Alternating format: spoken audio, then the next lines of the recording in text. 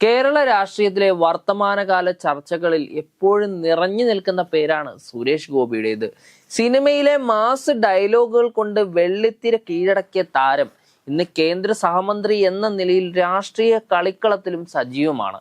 എന്നാൽ ഇത്തവണ സുരേഷ് ഗോപി വാർത്തകളിൽ നിറയുന്നത് അദ്ദേഹത്തിന്റെ രാഷ്ട്രീയ നിലപാടുകൾ കൊണ്ടോ പ്രസംഗങ്ങൾ കൊണ്ടോ മാത്രമല്ല, മറിച്ച് അദ്ദേഹത്തിന്റെ വോട്ടർ പട്ടികയിലെ വിലാസത്തിലെ മാറ്റം കൊണ്ടാണ്. ഓരോ തിരഞ്ഞെടുപ്പ് വരുമ്പോഴും വിലാസം മാറുന്ന സുരേഷ് ഗോപിയുടെ ഈ മാറ്റത്തെ പരിഹസിച്ചുകൊണ്ട് മുൻ MLA-യും കോൺഗ്രസ് നേതാവുമായിട്ടുള്ള അനിൽ അക്കരെ രംഗത്തെത്തിയതോടെ വിഷയം വലിയ രാഷ്ട്രീയ വിവാദമായി മാറിയിരിക്കുകയാണ്.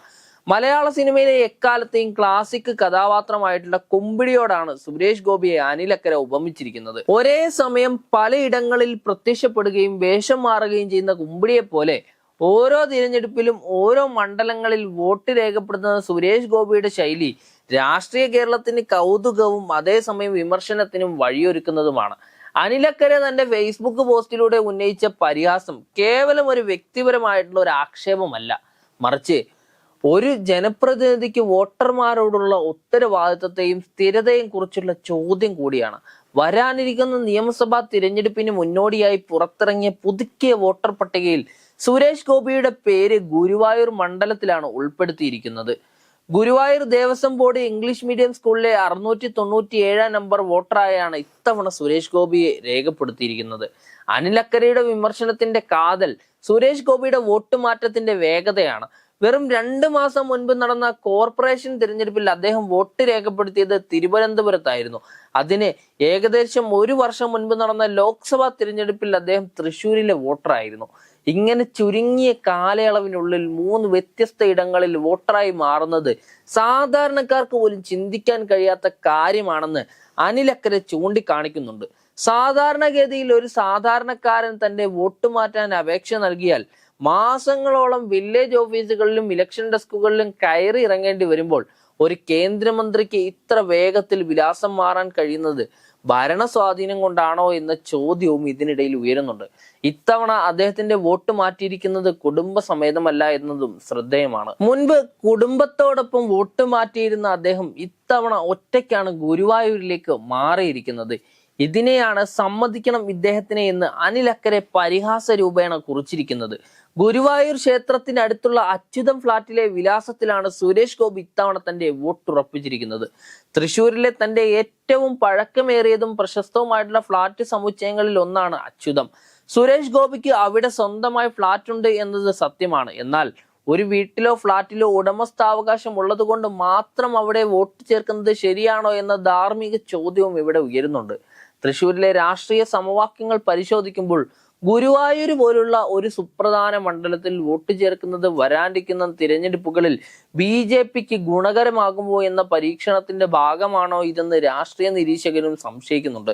പ്രത്യേകിച്ച് മുരളീധരൻ ഉൾപ്പെടെയുള്ള പ്രമുഖ കോൺഗ്രസ് നേതാക്കൾക്കും ഇതേ ഫ്ളാറ്റ് സമുച്ചയത്തിൽ താമസമുണ്ടെന്നിരിക്കെ രാഷ്ട്രീയ ശത്രുക്കൾ അയൽക്കാരാകുന്ന കൗതുകകരമായിട്ടുള്ള കാഴ്ചയും ഇവിടെ കാണാം. തൃശൂർ ലോക്സഭാ മണ്ഡലത്തിൽ അപ്രതീക്ഷിത വിജയം കൈവരിച്ച സുരേഷ് ഗോപി താൻ തൃശ്ശൂരിന്റെ സ്വന്തമാണെന്ന് ആവർത്തിച്ച് പ്രഖ്യാപിക്കാറുണ്ട്. എന്നാൽ അദ്ദേഹത്തിന്റെ വോട്ട് തിരുവനന്തപുരത്തും വിലാസം കൊല്ലത്തും ഒക്കെയായി മാറുമ്പോൾ അത് തൃശ്ശൂരിലെ ജനങ്ങളെ വഞ്ചിക്കുന്നതിന് തുല്യമാണെന്നായിരുന്നു മുൻപുള്ള വിമർശനങ്ങൾ.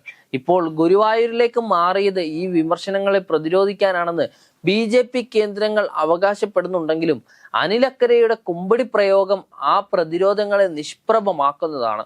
ഒരു ജനപ്രതിനിധി തന്റെ മണ്ഡലത്തിൽ തന്നെ താമസിക്കുകയും വോട്ട് രേഖപ്പെടുത്തുകയും വേണമെന്ന് ജനാധിപത്യപരമായ ഒരു മര്യാദയാണ്. എന്നാൽ സുരേഷ് ഗോപിയുടെ കാര്യത്തിൽ വോട്ട് എന്നത് ഒരു തിരഞ്ഞെടുപ്പ് തന്ത്രം മാത്രമായി മാറുന്നുണ്ടോ എന്നുള്ള സന്ദേശവും പരക്കുന്നുണ്ട്. BJPയെ സംബന്ധിച്ചിടത്തോളം സുരേഷ് ഗോപി കേരളത്തിലെ ഏറ്റവും വലിയ ക്രൗഡ് പുള്ളറാണ്. അദ്ദേഹത്തിന്റെ ഓരോ ചലനവും കൃത്യമായിട്ടും ആഘോഷിക്കപ്പെടാറുമുണ്ട്. എന്നാൽ ഈ വോട്ട് മാറ്റം പാർട്ടിക്കുള്ളിലും ചില ചർച്ചകൾക്ക് വഴിമാറിയിട്ടുണ്ട്. ഓരോ തിരഞ്ഞെടുപ്പിലും വോട്ട് മാറുന്നത് ജനങ്ങൾക്കിടയിൽ തെറ്റായ സന്ദേശം നൽകില്ലേ എന്ന് ആശങ്കപ്പെടുന്നവരും കുറവല്ല. എങ്കിലും കേന്ദ്രമന്ത്രി എന്ന നിലയിൽ തന്റെ വ്യക്തിപരമായിട്ടുള്ള സൗകര്യങ്ങൾക്കും രാഷ്ട്രീയ തന്ത്രങ്ങൾക്കും അനുസരിച്ച് വോട്ട് മാറ്റാൻ അദ്ദേഹത്തിന് അവകാശമുണ്ടെന്നാണ് അനുയായികളുടെ പക്ഷം പറയുന്നത്. അനിൽ അക്കരയുടെ ഫേസ്ബുക്ക് പോസ്റ്റ് ഇതിനോടകം തന്നെ വൈറലായി കഴിഞ്ഞു. സോഷ്യൽ മീഡിയയിൽ ഇതിനെ അനുകൂലിച്ചും പ്രതികൂലിച്ചും നിരവധി പേർ രംഗത്തെത്തുന്നുണ്ട്. സിനിമയിലെ സുരേഷ് ഗോപി അവതരിപ്പിച്ച തന്റേടിയായിട്ടുള്ള പോലീസ് ഓഫീസർ വേഷങ്ങളെ ഓർമ്മിപ്പിച്ചുകൊണ്ട് നിയമം എനിക്ക് പുല്ലാണ് എന്ന തരത്തിലുള്ള മനോഭാവമാണോ അദ്ദേഹത്തിൻ്റെതെന്ന് ചിലർ ചോദിക്കുന്നുണ്ട്. എന്നാൽ മറ്റൊരു വിഭാഗം പറയുന്നത് സ്വന്തം നാട്ടിൽ വോട്ട് ചേർക്കുന്നത് കുറ്റമാണോ എന്നാണ്.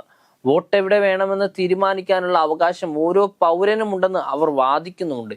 എങ്കിലും അനിൽ അക്രെ ഉയർത്തുന്ന സമയക്രമം 2 മാസത്തിനുള്ളിലെ മാറ്റം ആർക്കും തള്ളിക്കളയാനാവാത്തൊരു വസ്തുതയാണ്. ഈ വിവാദം വരാനിരിക്കുന്ന നിയമസഭാ തിരഞ്ഞെടുപ്പിൽ ഒരു പ്രധാനപ്പെട്ട ചർച്ചാ വിഷയമായി മാറാൻ തന്നെ സാധ്യതയുണ്ട്. പ്രത്യേകിച്ച് ഗുരുവായൂർ മണ്ഡലത്തിലെ BJPയുടെ വോട്ട് വിഹിതം വർദ്ധിപ്പിക്കാൻ സുരേഷ് ഗോപിയുടെ സാന്നിധ്യം സഹായിക്കുമെന്ന് പാർട്ടിയും കണക്കുകൂട്ടുന്നുണ്ട്.